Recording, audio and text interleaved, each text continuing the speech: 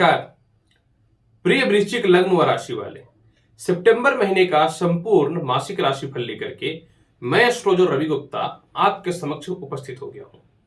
प्रिय वृश्चिक लग्न व राशि वाले, सर्वप्रथम मैं आपको यह बता दूं कि ये जो मेरा राशिफल है यह लग्न पे आधारित है। अर्थात आपको अपना लग्न पता है तो आप लग्न के अनुसार इस जानकारी को देखिए। अगर आपको अपना लग्न नहीं पता है तदुपरांत आप चंद्र राशि या नाम राशि के अनुसार इस जानकारी को देख सकते हैं। प्रिय वृश्चिक लग्न वाले, सितंबर महीने के राशिफल बताने के दरमियान में वीडियो के अंतिम पड़ाव पे अगर ग्रहों की स्थितियों में किसी प्रकार की अशुभ फल या अस्थिरताएं उत्पन्न हो रही हैं तो पूरे महीने बेहतर बनाने के लिए आपको कौन सा उपाय करना चाहिए ये जानकारी मैं आपके समक्ष साझा कर दूंगा। तो चलिए सबसे पहले अगर हम बात करें सितंबर महीने में कैसा रहेगा आपके कर्म क्षेत्र का हाल, इसके बारे में चर्चा करते हैं। देखिए, कर्म क्षेत्र का मालिक आपकी कुंडली में सूर्य होते हैं, क्योंकि 5 नंबर आपके अधिपति होते हैं कर्म क्षेत्र का। और सूर्य जो है अपनी स्वयं की राशि सिंह में बैठा हुआ है, साथ में मंगल बैठ करके भी रोचक योग की विशेष योग पंच महापुरुषों में से उत्पत्ति करके रखे हुए हैं। अब यहाँ पे तात्पर्य क्या है, सर्वप्रथम देखिए क्या है कि सूर्य जो है ये तो निश्चित तौर पे 17 सितंबर तक जो है वो कर्म क्षेत्र पे बैठा रहेगा, परंतु मंगल जो है जो कि सूर्य के परम मित्र हैं, ये दोनों कर्म क्षेत्र पे बैठे हुए हैं। तो 6 सितंबर तक सूर्य और मंगल के द्वारा आपको व्यापार और नौकरी में अच्छे परिणाम मिलते रहेंगे। किसी प्रकार से भी किसी उलझनों का सामना नहीं करना पड़ेगा। आप जिस क्षेत्र में है उस क्षेत्र के अनुसार आपको मान सम्मान के साथ में जो है हो सकता है कि कुछ विशेष पदों की भी प्राप्ति करवा दे। परंतु 6 सितंबर के बाद फिर जो है मंगल चले जाएंगे आय स्थान में, यानी कन्या राशि में। अकेला सूर्य यहां पे बैठ जाएगा, लेकिन 14 सितंबर तक जो है बृहस्पति की भी कर्म क्षेत्र पे पूर्ण दृष्टि है। ये देखिए 7वीं 14 सितंबर तक, और बृहस्पति और सूर्य का मित्रवध संबंध है। अब ऐसी स्थितियों में क्या होता है कि आपको 14 सितंबर तक भी जो है कर्म क्षेत्रों पे बड़ा लाभ, अच्छे प्रकार के लोगों से संपर्क, व्यापार और नौकरी में विशेष तरक्की के रास्तों को जो है निश्चित तौर पे आपकी कुंडली में बृहस्पति और सूर्य की युति के कारण जो है दृष्टि संबंध के कारण मिलता रहेगा लाभ। 14 सितंबर के बाद बृहस्पति चले जाएंगे पूर्ण रूप में नीच भंग राजयोग की उत्पत्ति करने के बाद। तो 14 सितंबर के बाद फिर जो है आपकी कुंडली में व्यापार में नौकरी और बदलाव के योग दिखते हैं। हालांकि इसका प्रारंभ तो 6 सितंबर से जब शुक्र द्वादश हो जाएंगे अपनी स्वयं की राशि में तो दिखना चालू हो जाएगा, यानी 6 सितंबर के बाद नौकरी में परिवर्तन वगैरह के अच्छे आसार और व्यापार में मिलेंगे। लेकिन 14 सितंबर के बाद इसमें पूर्ण रूपेण बल मिलेगा और बड़े बड़े अपॉर्चुनिटी देखने को मिलेंगे। सत्य बोलूं तो मेरा भी मन तृप्त हो गया, क्योंकि आपके कर्म क्षेत्र का हाल वृश्चिक लग्न और राशि वाले निश्चित तौर पे जो है सितंबर में ईश्वर की कृपा से बहुत अच्छी है। अगर हम चर्चा करना चाहेंगे कि कैसा रहेगा विदेश यात्रा का योग, तदुपरांत हम लोग धन की चर्चा करेंगे। देखिए, विदेश यात्रा अधिपति चंद्रमा है, बुध है और शुक्र है।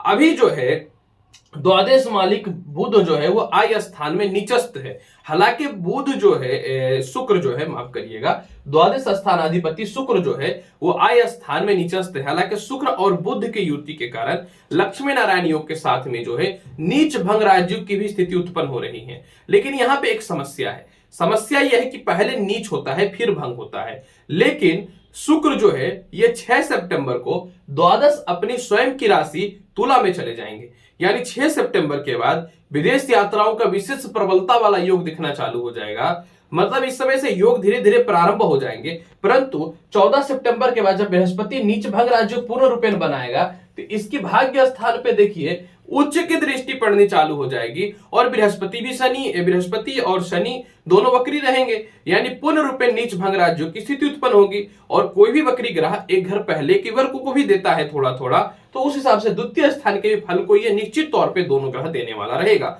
अर्थात 14 सितंबर के बाद विदेश यात्रा में विशेष प्रबलता वाले योग आपके दिखने चालू हो जाएंगे।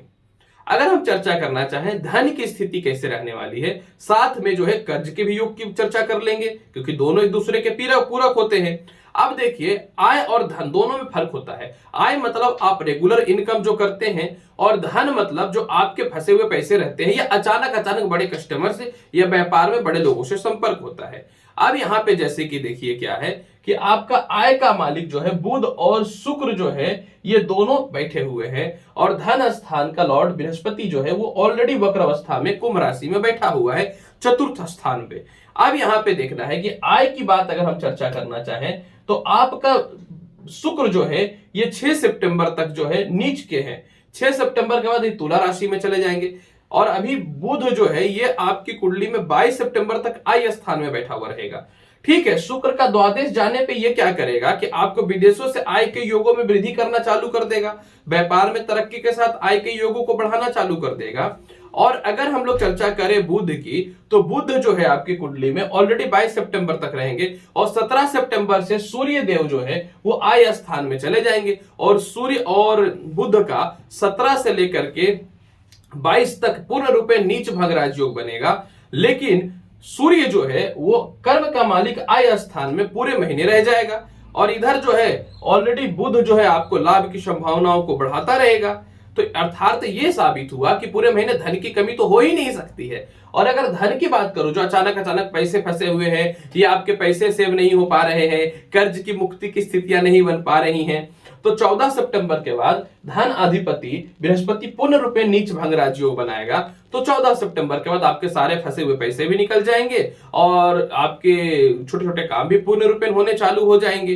कर्ज की स्थिति की चर्चा करूं तो कर्ज अधिपति शुक्र और मंगल, ये दोनों की स्थितियों की चर्चा करूं तो आपका कर्ज का अधिपति मंगल जो है ये चला जाएगा 6 सितंबर से आय स्थान में। इधर ये आय को बहुत ज्यादा बढ़ा देगा, इधर सूर्य आय को बढ़ाएगा, फिर मंगल बढ़ाएगा, इसके बाद बुध 22 सितंबर तो ऑलरेडी बैठा हुआ है, और कर्ज का अधिपति शुक्र अपनी राशि में चले जाएंगे 6 सितंबर से, और इधर कर्ज को समाप्ति की ओर ले जाने वाला कारक ग्रह मंगल जो है वो आय स्थान में चला जाएगा। यानी ये अगस्त के महीने में कर्ज की मुक्ति के आसार तो 1000% है। मतलब बहुत ही मन तृप्त होने वाला आपका राशिफल साबित होने वाला है। मैं तो इसको स्पेशल 2021 सितंबर में शामिल करूंगा, देखिएगा, विशेष लाभकारी सितंबर महीने का राशिफल में।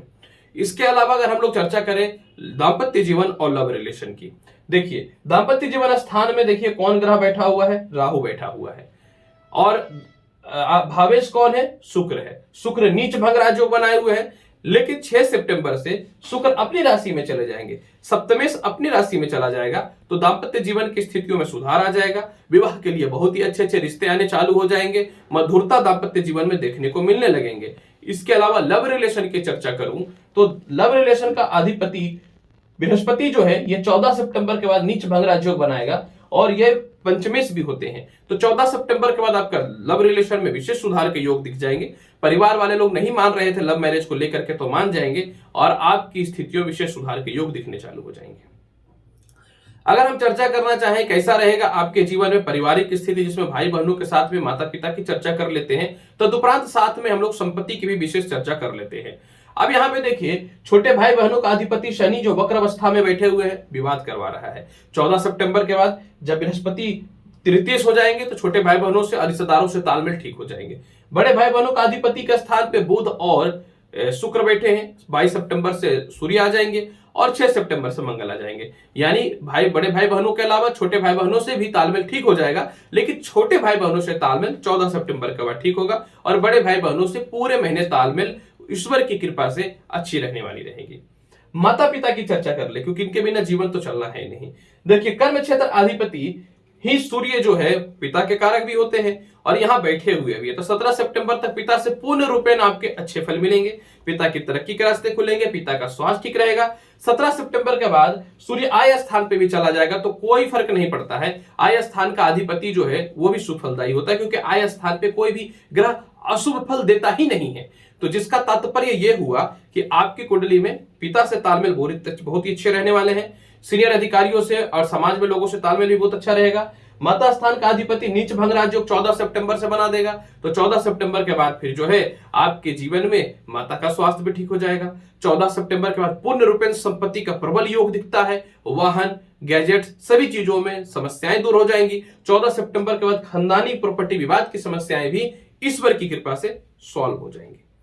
संतान सुखों की चर्चा कर लेते हैं। तो संतान सुख का मालिक बृहस्पति 14 सितंबर के बाद जब नीच भंग राजयोग की स्थिति को उत्पन्न करेगा, तो 14 सितंबर के बाद संतान लोगों से तालमेल आपके ठीक हो जाएंगे, संतान सुखों में वृद्धि दिखने चालू हो जाएंगे। और सबसे महत्वपूर्ण बात क्या है कि शुक्र जब चले जाएंगे द्वादश स्थान में, तो बुध श्री बचेंगे जिनकी नीच दृष्टि पड़ेगी। लेकिन एक तथ्य को समझने वाली बात है, संतान सुखों में पूर्ण रूपेण फल जो है शुभ वो आपको प्राप्त होना चालू हो जाएगा 6 सितंबर के बाद, जब मंगल जो है आपकी कुंडली में वह विराजमान हो जाएंगे आपकी कुंडली में कर्म क्षेत्र पे। जब मंगल कर्म क्षेत्र पे विराजमान हो जाएंगे 6 सितंबर, माफ करिएगा, कर्म क्षेत्र से आय स्थान पे, तो पांचवी दृष्टि संतान पे डालेंगे। और मित्रगत राशि है ना, मीन मंगल की मित्रगत राशि है, तो संतान का तरक्की हो जाएगा। यही सेम चीज शिक्षा के मामले में भी चर्चा कर लेते हैं।